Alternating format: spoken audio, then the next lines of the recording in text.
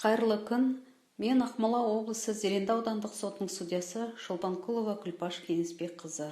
Қазақстан Республикасының 20 жылғы 10 маусымдағы заңымен Қазақстан Республикасының азаматтық процестік кодексіне соттар жұмысының заманауи форматтарын ендіру, артық сот рәсімдері мен шығындарын қысқарту мәселелері бойынша бірқатар өзгерістер мен толықтырулар енгізілді.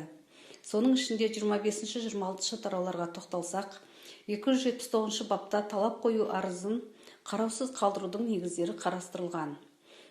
Заңмен осы баптың 3 тармақшасы жаңа редакцияда жазылды. Яғни, егер талап қоюшы мәлімделген талапты қолдамаса, талап қою арызына қол қоюға немесе оны беруге өкілеттігі жоқ адам қол қойса немесе оны берсе, сот арызды қараусыз қалдырады.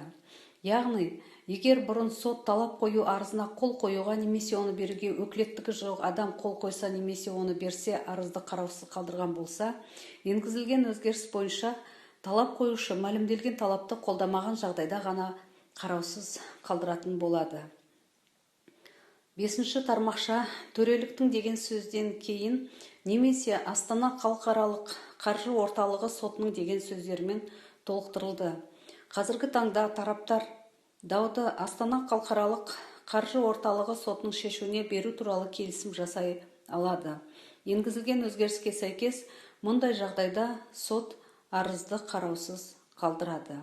12 тармақшада мынадай редакцияда жазылды. Осы баптың 34 тарауында көзделген ерекше іс жүргізудегі істер бойынша бұқаралық ақпарат құралдарында жарияланғаны туралы мәліметтер ұсынылмаса.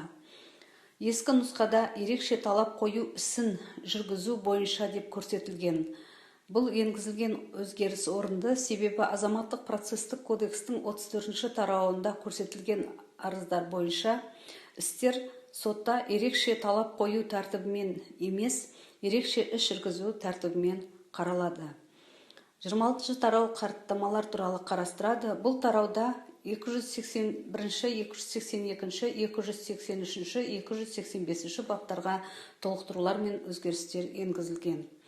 Яғни, атап айтсақ, іс бойынша сот отырысының хаттамасы қандай жағдайда кімнің өтініш хаты бойынша жасалатыны және қандай жағдайда хаттама жүргізу мәселесін судья шешетіні туралы көрсетілген. Сот отырысының хаттамасында көрсетілетін мәліметтердің ұлғайғанын көрсетеді. Және басты назар аударатын өзгеріс, егер бұрын тараптардың олардың өкілдерінің өтініш хаты бойынша сот аудио бейне жазбаларының көшірмесін берген болса, қазіргі енгізілген өзгеріске сай тек аудио жазбаның көшірмесі ғана беріледі. Назар қойып тыңдағандарыңызға рахмет.